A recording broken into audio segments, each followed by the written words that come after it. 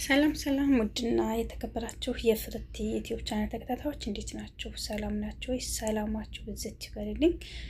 ለቻናሌ አዲስ የሆናችሁ ላይክ፣ ሰብስክራይብ እያደረጋችሁ አብራችሁን ቆዩ ማለት ነው። እንግዲህ ጽናት ድራማ ክፍል 30 ገብተናል ማለት ነው። እንግዲህ እንደምታውቁት ናሆሜ በጣም ደብሮታል። የእሱም ስራ ትንሽ ቀዝቀዝ ብሎበታል እና ቀዝቀዝ ብሎ ስታየው ምሩ ደግሞ አላስቻላትም። ባለቤቴን ወጣ ብዬ እኔ ስራ ማገዝ አለብኝ በማለት በዚህ በጽኑ ተናግራለች። የናሆሜም አባት መጥቶ ለምንድን ነው እንደዚህ ያደረግሽው ቢላት ናሆሜ ትንሽ አሁን ላይ ስራ ቀዝቅዞበታል እና ግዴታ እኔ ደግሞ ማገዝ ስላለብኝ ለዛ ነው በማለት ምላሽ ሰጥታለች። ናሆሜ ግን አሁንም ቢሆን እሱ ሩጦ ጥሮ ግሩ መስራት እንዳለበት ደግሞ ደጋግሞ ይነግራታል። እሷ ደግሞ ታይኛለህ እኔ ሰርቼ ደግሞ እንዴት እንደማኮራ በማለት አልበገር ብላ ስራዋን ቀጥላለች። ናሆሜ በጣም ድብርት ላይ ነው። እስከ መቼ እኔ እኮ አንቺን ያገባሁሽ እኔ ሰርቼ ላኖርሽ ነው እንጂ አንቺ እኔን ሰርተሽ ለማኖር አይደለም በማለት ተናገራት። ናሆሜ ችግር የለውም መተጋገዝ እኮ ያለ ነው እና አሁን ሚጣኔ ልታስቀምጫት ነው በማለት ጥያቄ ስጠይቃት አይ እሱ ጽናት ጋር አስቀምጣታለሁ ሊነጋ አስቀምጣታለሁ በማለት ልጇን አቅፋ ይዛ ልትወጣ ስትል ቅዱሴ መጣ። ቅዱሴ እንዴ ምሩ ወዴት ልትሄጂ ነው በማለት ሲጠይቃት አይ እዚህ ስራ ልሄድ ነው እመለሳለሁ በማለት ምሩ ተናገረች። ናሆሜ ቅዱሴ እንዴ ናሆሜ ምንድን ነው እየተካሄደ ያለው አቆማለሁ ብላል ነበር እንዴ ብሎ ጠየቀው። ናሆሜ አይ እምቢ ብላለች። እኔ ያኔ ዋሽተውኝ ይሁን ምን ይሁንም አውቀውም ታሪክ የለም አባዬ ተናግሯት ነበረ እሷም እሺ እንዳለች ነበር እኔ የማውቀው፣ ግን አሁን መልሳ ደግሞ ካልሄድኩ ብላ እየሄደች ነው ያለችው በማለት ለቅዱስ የተናገረ።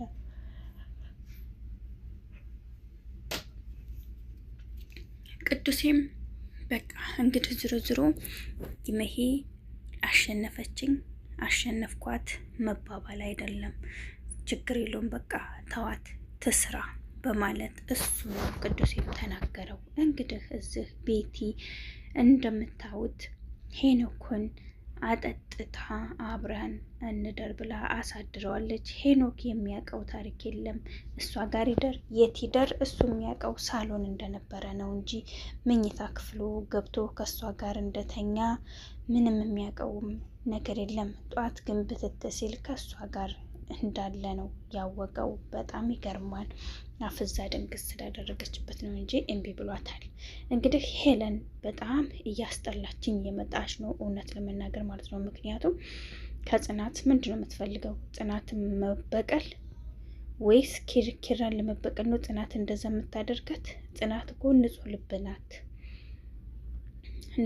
ናት ቅናት።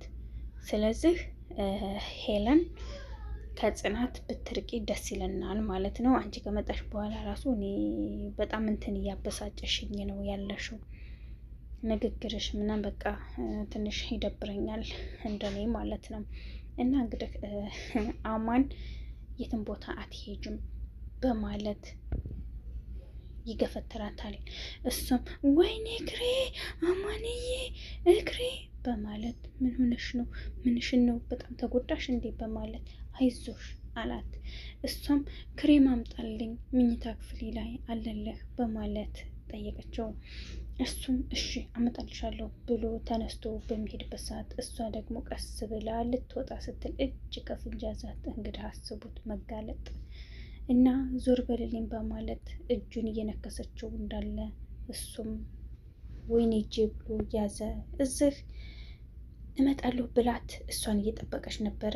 ያለውን ነገር አንድ ባንድ ለኪራ ነገረችው። ኪራም በጣም አዘነ። እንዴት አይነት ቤተሰቦች ቢሆኑ ነው? ምን አለበት? ለምንድን ነው እንደዚህ የሚያንገላቷት? በቃ ችግር የለውም እኔ ፈቅድልሻለሁ ጽዬ እንዳንቺ አይነት መልካም ሴት ትሁን በማለት እሱም ፈቀደላት። ጽናትን በጣም ደስ ብሏት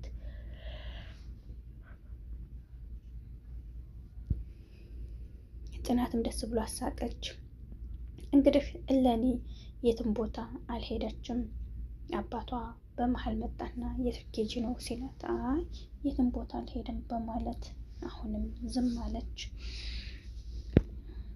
እና እዚህ አማን ስልክ ደውሎ በቃ እሷ ከጽናት ጋር እያወራች ነው፣ ጭራሽ ተቃቅፈዋል በማለት ተናገረ።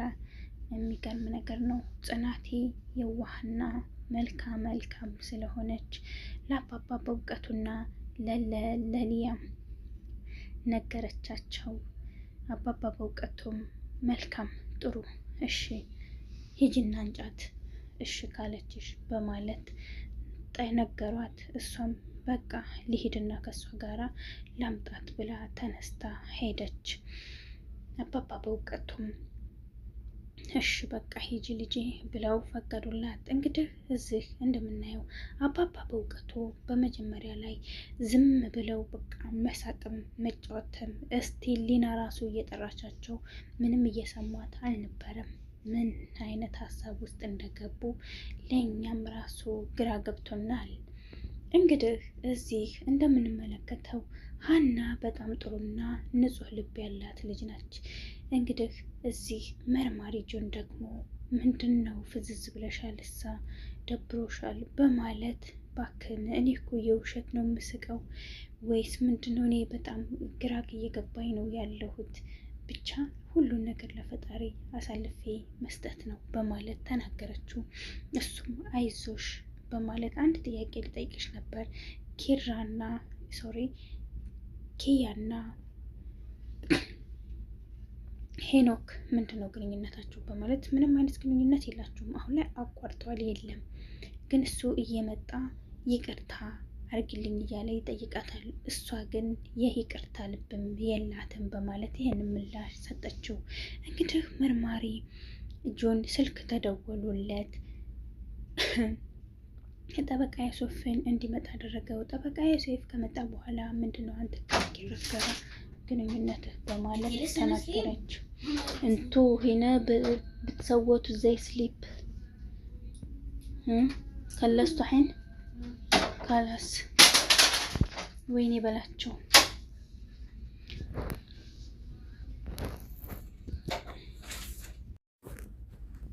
እንግዲህ እዚህ ጋር ናሆሚ ጋር ተገናኝተው ያለውን ነገር እያወሩ ነበር። እኔ እባክህ ደብሮኛል። እንዴ አንተ ለምንድን ነው የሚደብር? ጽናቴ እኮ ያ ከአሜሪካ የመጣው ሰው በቃ እሷን ነፃነቷን አሳጣኋት። በጣም ነው